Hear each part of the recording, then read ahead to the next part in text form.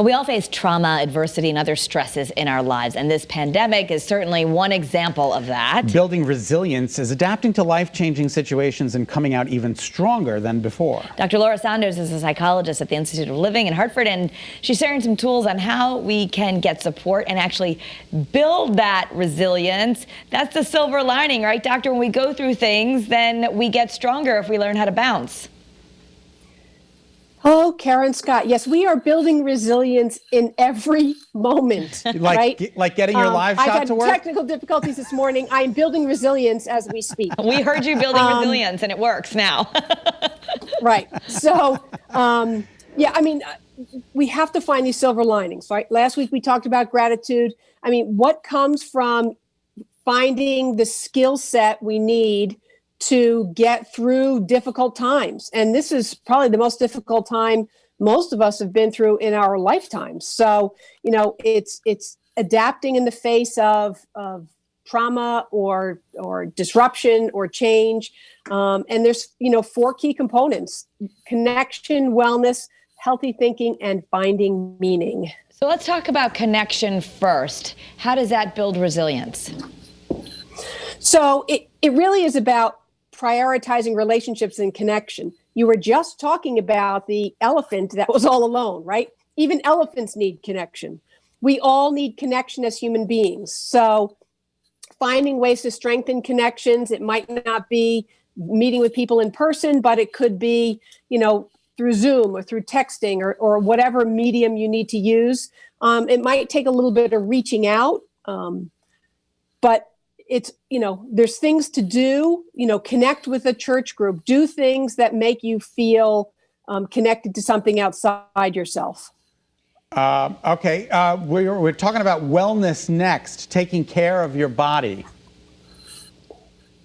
So, I mean, it really is the basics. It's good nutrition, getting some sleep, staying hydrated with water and other good beverages for our bodies, and trying to avoid some of the excessive or negative coping, you know, watching our alcohol use, looking at our other substances, using food as a means of soothing oneself. So trying to focus on wellness. And then you say healthy thinking. We are learning so much more that our thoughts really do sometimes come before the emotions that come after. So you talked about gratitude. I mean, but we can't just not have negative thoughts. That happens, right? We get stressed, we get worried. So how do you switch it to healthy thinking? We all have negative thoughts that come into our minds, right? But it's identifying, oh wait, that's a negative thought. That's not going to help me.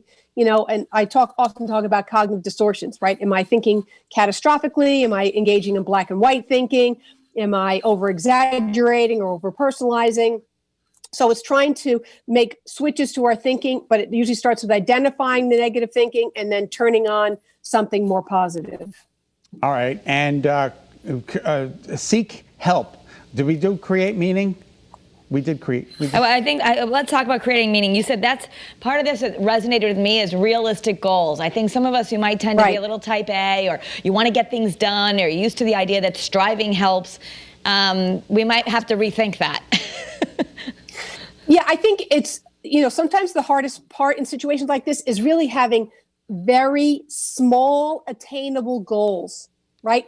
Checking a couple things off of your to-do list, not even everything on your to-do list, finding little ways to create small goals so you feel a sense of accomplishment kind of creates that meaning.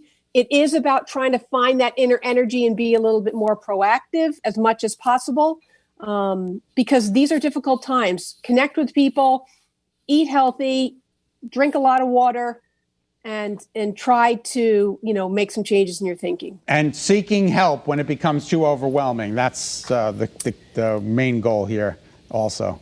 Yeah, I mean, I think it's okay to acknowledge that we've hit our limit and it's time to seek help. We've hit our limit. We need to talk to our primary care doctor to possibly get a referral for counseling. You know, the HHC Community Care Center number, 211 emergency mobile crisis. If you're in a severe, you know, mental health crisis, call a friend, reach out to a relative, you know, ask for help We don't need to be all alone here, just like the elephant. And I'll just throw that number, 860-972-8100 is Hartford Healthcare Center. And I know that they are referring people, and you can even talk to someone wonderful like you in your own bedroom via Zoom. It could help. Yeah. Thanks, doctor. We appreciate it. Thank you, doctor.